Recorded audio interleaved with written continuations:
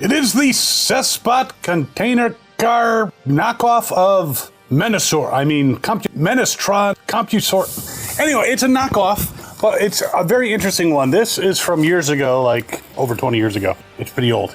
But, well, they put out sets like this for the aerial bots and for the, well, commandos, because they're in Baldigus colors. And they put out a Defensor one with the red hotspot, which is kind of cool, but they also put out a set which is a mix of Stunticons and Technobots, because I don't know, but I managed to pick this up at TFCon Baltimore, and I wanted to show it to you because it's pretty fucking weird. And if you're new to the channel, I'm Captain Kyle. Welcome aboard. If you've been watching for a while, well, thanks so much for coming back. That's awesome, and we're gonna have some fun going through this, and might even compare it to some G1 originals. Why not? All right, be right back.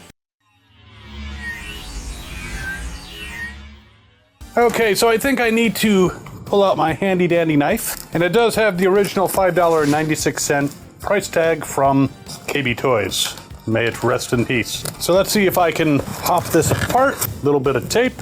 We need to slice. So what's interesting is instead of having normal Menasor, this has breakdown, drag strip, Motormaster, Afterburner, and nose cone. So there it is on the card, and they're calling Motormaster Skirmisher, which is not a bad name. That's kind of a cool name. Afterburner, they're calling Shooter. Nose cone is Artillerist. Okay. Drag strip is Brain Man. It's all on here. And breakdown is Barak. Or Barrack. Or Barak. Yes, we can. And they have them kind of misnamed on the package. But what's interesting, and it's kind of hard to see, but on the picture behind them, that's actually Menasor, because he doesn't have any Technobots. But this was a very interesting set, and I actually think I skipped on it because, well, it was not Menasor, it was not Computron, it was all these guys separated. So as we're unpacking, let me put them on the turntable of doom here, and we'll zoom in a little bit so you can see them a little bit better. But there's Breakdown, I'm going to call them by their G1 names, who has a Decepticon symbol, and a fake rub sign which has a Decepticon symbol. Nose Cone, who has Autobot symbols that are kind of crookedly affixed to him, and an Autobot symbol where the rub sign would be, but it's not really a rub sign. Afterburner, who also has a couple Autobot symbols on him. So these guys didn't really give a shit about trademark or anything. Drag Strip, also with Decepticon symbols, and then Motormaster with Decepticon symbols galore. Now it comes with his version of roller, feet, fists, head, and groin plate, and the big gun, which can be held probably by Motormaster. No small guns, no extra weapons, no vehicle weapons, so it's these guys in all their glory. Well, Afterburner does have his vehicle weapons attached to him, but none for Nose Cone and none for the Stunticons. But all right, let's go through these guys real quick. This shouldn't take too long because they are G1 in design. And I actually have a G1-ish Motormaster here. I say G1-ish because this is also one of those counterfeit reissues. So I had the original years ago, but I want to compare the size and the deco between the original and these guys, which, I mean, it's pretty close taking a look at them. Now, there are some differences. The Motormaster G1 has purple windows, whereas this one has silver ones. Chrome on the front.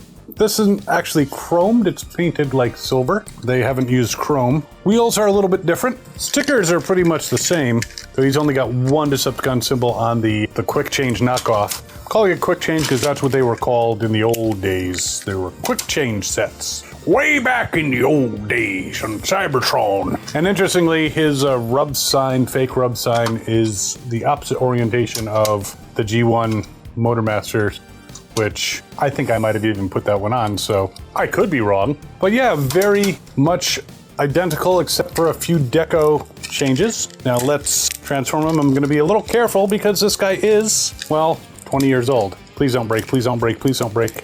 If you break, I'll be very upset. So far, no breakage. So there is fake-ass Motormaster. And I have to say, again, for a very cheap knockoff reissue, well, I guess you could call it a knockoff reissue, he is very close to the original. The stickers on the shoulders seem the same, even the knees, and the ones on the interior. So yeah, they did a good job.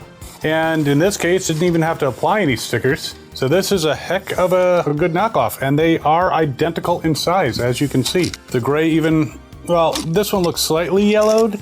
Could just be how it was stored. but otherwise I think they're virtually identical. So there we go. We have Motormaster now. Posability-wise, there's going to be, you know, there's a split, but there's no kicking forward, back, anything like that. The arms can move. It's based on the G1. What do you want? So let's check out nose cone versus nose cone. Now, the nose cone on this one is a little yellowed, but that could very well be from how it was stored. I mean, breakdown also looks a little yellowed, so it might have gotten some sun damage over the years. Stickers are not exact. In fact, there doesn't seem to be anything except Autobot stickers on this one and the fake rub sign. But otherwise, the orange looks the same. Little darker of a red on here. I don't know if that's sun damage or just the way it is. It looks like it's painted. Actually, though, more of this is painted than just this little section here. And unlike the ones that they put out now, these guys seem to transform fully. Though the nose cone just came off, so let's see if we can pop that back in. There we go. And again, no stickers, and there's definitely some yellowing on the front plate here. Again, likely the way it was stored, but still overall, it's a little nose cone. Not bad. What is interesting is the, well, knockoff reissue, the quality one, has 2 screw holes, whereas this one just has 1. I don't know why, but otherwise they look pretty dang close. This one has a red face, this one has a silver face, so they took a little liberties with the paint jobs. Here's breakdown. This is the G1 reissue. This is the new knockoff or old knockoff or whatever you want to call them. As you can see, there is some yellowing. The G1 style counterfeit has silver eyes and a dot on the forehead of this reissue. I don't know if that is true to the original stickers.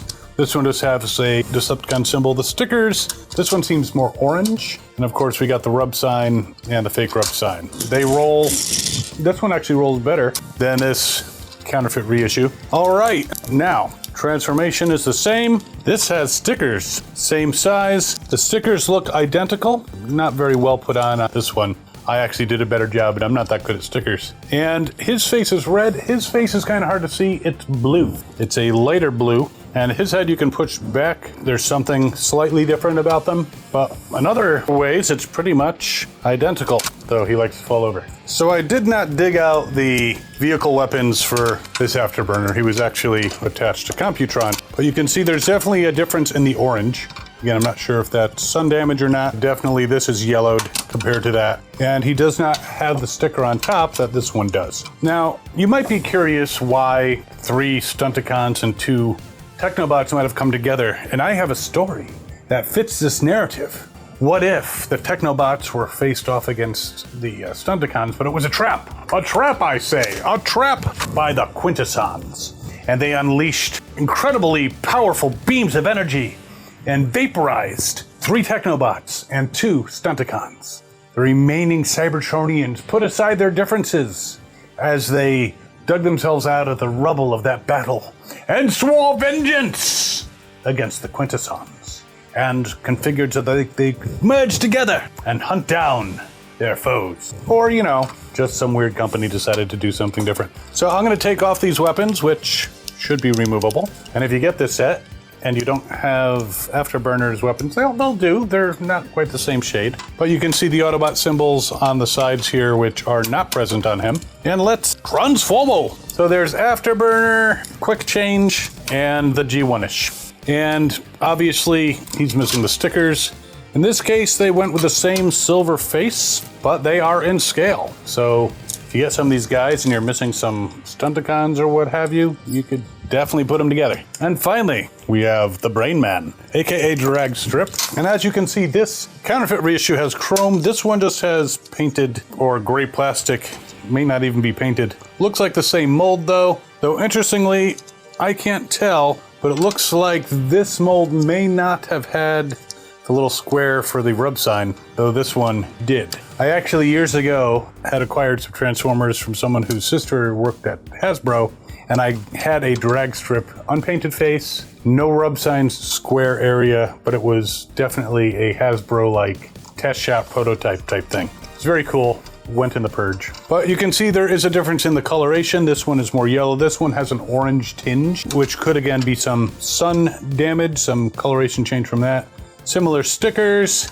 This one has stickers pretty much the same places. Now I just noticed on the bottom, this area here, this hinge and such, is black and then maroon, whereas this connector is the same color as the spoiler, or as the front of the car and the spoiler, and is like orange with the black connectors. And I'm also seeing black on the back of his head, so I'm assuming that he has a black head and really needs to get some Clearasil. All right, that was bad. But yes, his head is black, whereas this G1 counterfeit-ish reissue. I will say his engine is loose. I think I noted that when I did the review, but I didn't do anything about it. Oh well. But yeah, there's differences. Black plastic for the head. The face on the original is blue. This one is silver. And there's a difference in how the spoiler is connected, because this is one solid piece and this spoiler has a gap.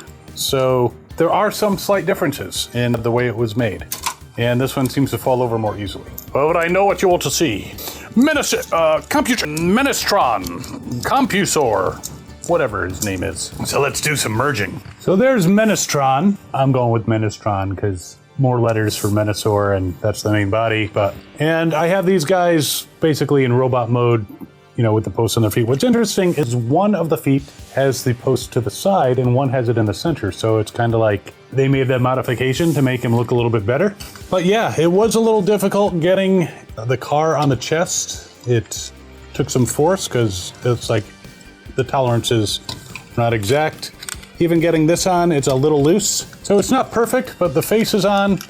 That feels like it could come off any moment, though it's probably pretty sturdy. But yeah, he's a pretty cool Gestalt of Gestalts, combiner of combiners. And just to show size-wise, because of the Technobots, I think he's slightly taller than Menasor. You know, maybe if I use the cars on the bottom, they'd be around the same height. But he's a little taller. However, he just about matches the height of Computron. Now you may wonder why I have this gun arm way up.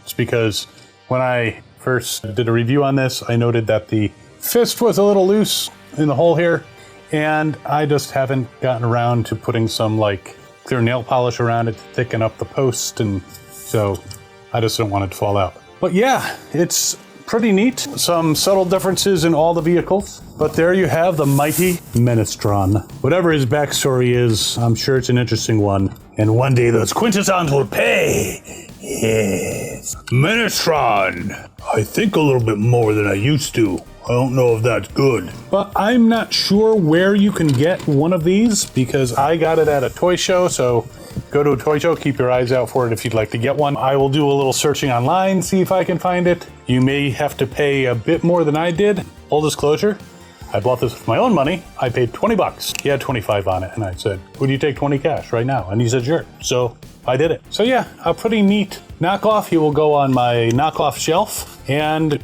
better than any of the new versions of these guys in the similar looking box, because they fully transform. Even if they don't have all the individual weapons, you could probably put them on there if you had some. And yeah, he's a fun knockoff. And speaking of fun, I hope you're having fun watching these videos as much fun as I have making them. And if you are enjoying this content, by all means, feel free to subscribe. And while you're trying to figure out how to get one of these, you can actually check out this video over here, which is the brand newish knockoff of like Bruticus, Ruination, something like that. You can check it out and decide what you want to call them. And I compare them to the old school one from this era. And we will see you next time. As always, have fun and good hunting.